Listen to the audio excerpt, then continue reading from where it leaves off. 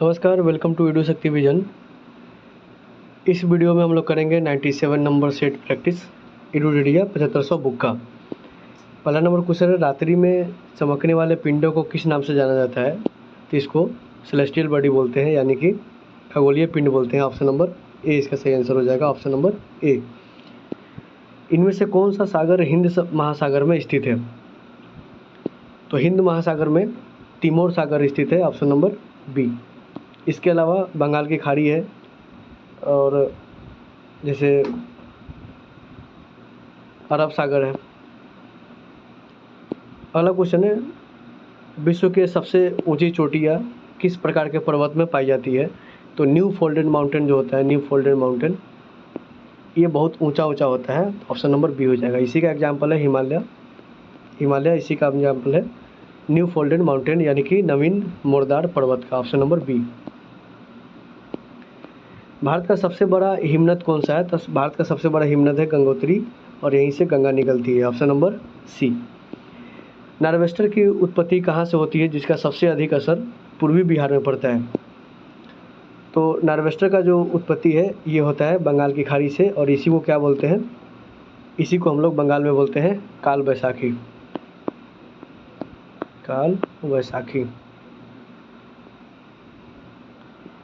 अगला क्वेश्चन है, बिहार का मानसून अधिक प्रभावित होता है किससे? अधिक प्रभावित होता है बंगाल की मानसून शाखा से। Option number B. ये भी जो है ये भी पार्ट होता है दक्षिणी पश्चिम जो मानसून आता है उसी का पार्ट होता है, लेकिन बंगाल की तरफ से आता है। ऑप्शन नंबर बी इसका सही आंसर हो जाएगा। संकोच नदी कहाँ प्रभावित होती है? 7वां नंबर क्वेश्चन है कि संकोच नदी कहाँ प्रभावित होती है? तो ये होता है अरुणाचल प्रदेश और असम स्टेट में। Option number D. Vidhan Parishad के कितने सदस्यों का अप्रत्यक्ष रूप से निर्वाचन होता है? तो अप्रत्यक्ष रूप से निर्वाचन जो होता है ये होता है 5/6 लोगों का, 5/6 भाग का, बाकी 1/6 का मनोनीत होता है। Option number C. सूची 1 को सूची 2 से मिलान करना है कि धन विधेयक का आर्टिकल कौन सा है? दोनों सदन का संयुक्त बैठक होता है 108 में, यानी कि 3 डी का हो जाएगा 4। विनियोग विधेयक का 114, धन विधेयक 112 और वार्षिक वित्तीय विवरण 110, यानी कि 2, 1, 3 और 4 ऑप्शन से देखते हैं। 2, 1, 3 और 4, तो 2, 1, 3 और 4 ऑप्शन नंबर डी में है। अगला क्वेश्चन है, किसी राज्य में विधान परिषद की संरचना अथवा विघटन किया जा सकता है? ये कर सकता है संसद चाहे तो किसी राज्य में राज्य विधान परिषद को बना सकता है या फिर उसको हटा सकता है। भारत के राष्ट्रपति को निम्न में से कौन सा अधिकार प्राप्त नहीं है? क्षमादान कर सकता है 72 नंबर आर्टिकल के तहत। अध्यादेश जारी कर सकता है कौन सा आर्टिकल के तहत? तो ये कर सकता है 1, 2, 3 के तहत। आपातकाल की घोषणा भी कर सकता है, लेकिन न्यायालय के न्यायाधीश को हटाना ये राष्ट्रपति का अधिकार नहीं है। Option number B.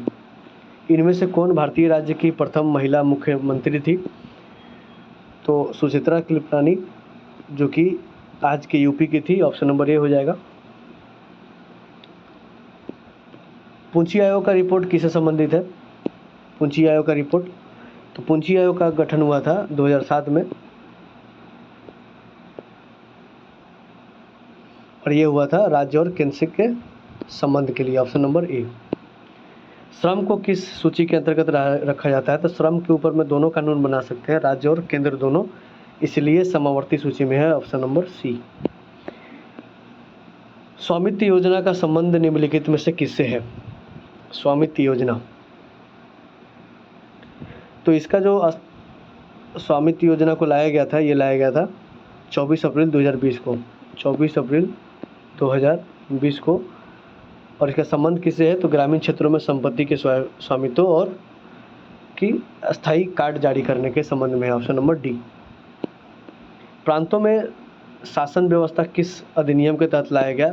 कि डायरकी के बारे में कर रहे हैं। प्रांतों में द्वैत शासन, तो प्रांतों में जो द्वैत शासन लाया गया था 1919 के अधिनियम में लाया गया था, और प्रांतों का द्वैत शासन खत्म किया गया था 1935 के अधिनियम में, और 35 के अधिनियम में प्रांतों से हटा करके देश में कर दिया गया द्वैत शासन केंद्र में। 17 नंबर क्वेश्चन है, द इंडियन मुस्लिम नामक पुस्तक के लेखक कौन है? ये है William Hunter. William Hunter. Simon commission का भारत में क्यों विरोध हुआ था?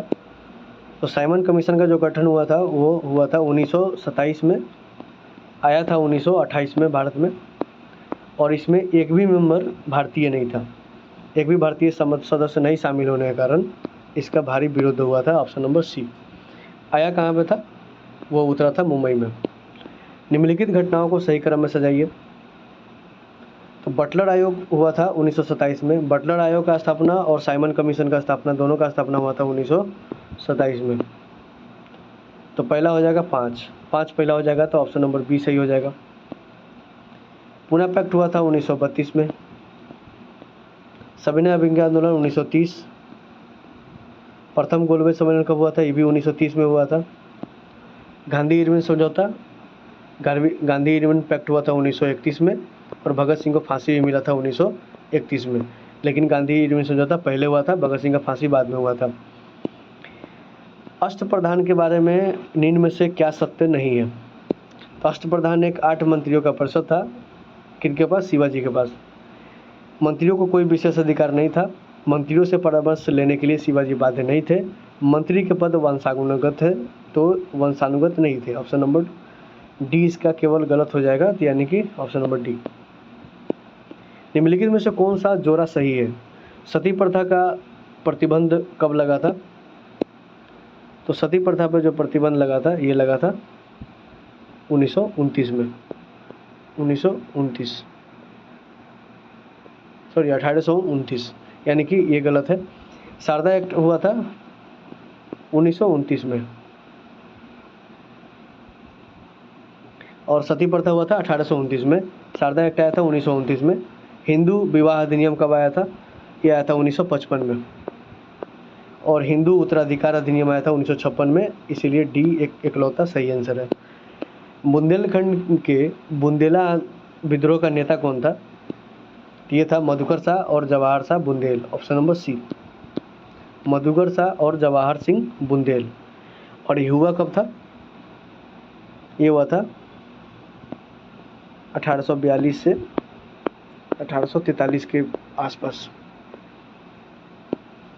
पागलपंथी विद्रोह कहाँ हुआ था? पागलपंथी विद्रोह हुआ था पश्चिम बंगाल के आसपास, बांग्लादेश में, आज के डेट में बांग्लादेश के स्थान पे। और ये हुआ था 1825 से लेकर के 1833 के बीच में। और इसके नेता कौन थे? नेता थे करम शाह और टीपू शाह।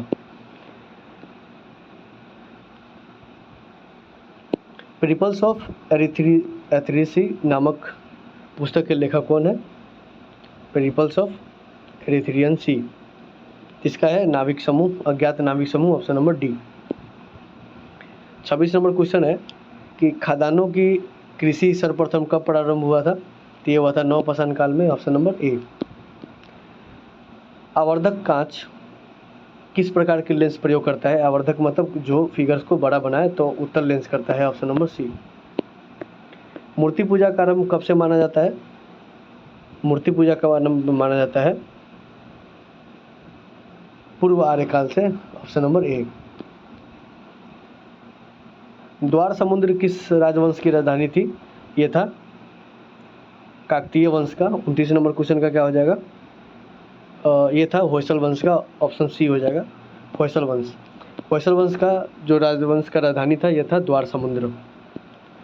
निम्नलिखित में से किसे मध्यकालीन यात्रियों का राजकुमार कहा जाता है? ये कहा जाता है इब्न बतूता को। Option number B. और ये किसके दरबार में आया था? ये आया था मोहम्मद बिन तुगलक के दरबार में। गुरिल्ला युद्ध प्रणाली के संबंध में शिवाजी का अग्रगामी किसे माना जाता है? ये माना जाता है मलिक अंबर को। ऑप्शन नंबर सी। भारत छोड़ो आंदोलन के दौरान जयप्रकाश नारायण साथियों के समेत किस जेल से भाग गए थे? तो ये भाग गए थे हजारीबाग सेंट्रल जेल से। Option number B. यदि पदार्थ का चुंबकीय संवेग शून्य हो जाए, जब संवेग शून्य हो जाए तो प्रतिचुंबकीय हो जाएगा, ये चुंबक की तरह काम नहीं करेगा। ऑप्शन नंबर ए हो जाएगा।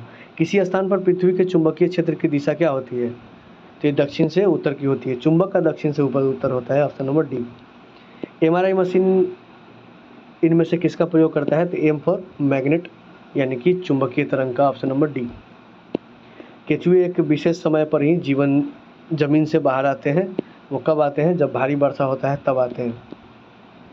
निम्नलिखित में से किसका नाभिकीय ईंधन के रूप में प्रयोग नहीं किया जाता है, तो यूरेनियम, थोरियम, प्लूटोनियम सबका प्रयोग किया जाता है, हीलियम का नहीं किया जाता है, ऑप्शन नंबर सी।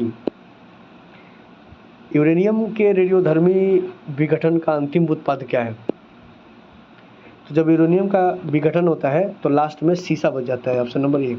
हवाई जहाज़ के ब्लैक बॉक्स का कलर क्या होता है, नारंगी होता है। जंतु वसा में समानता क्या होती है, तो जंतु वसा जो होता है उसमें समानता संतृप्त वसा होता है, सैचुरेटेड फैट्स होता है।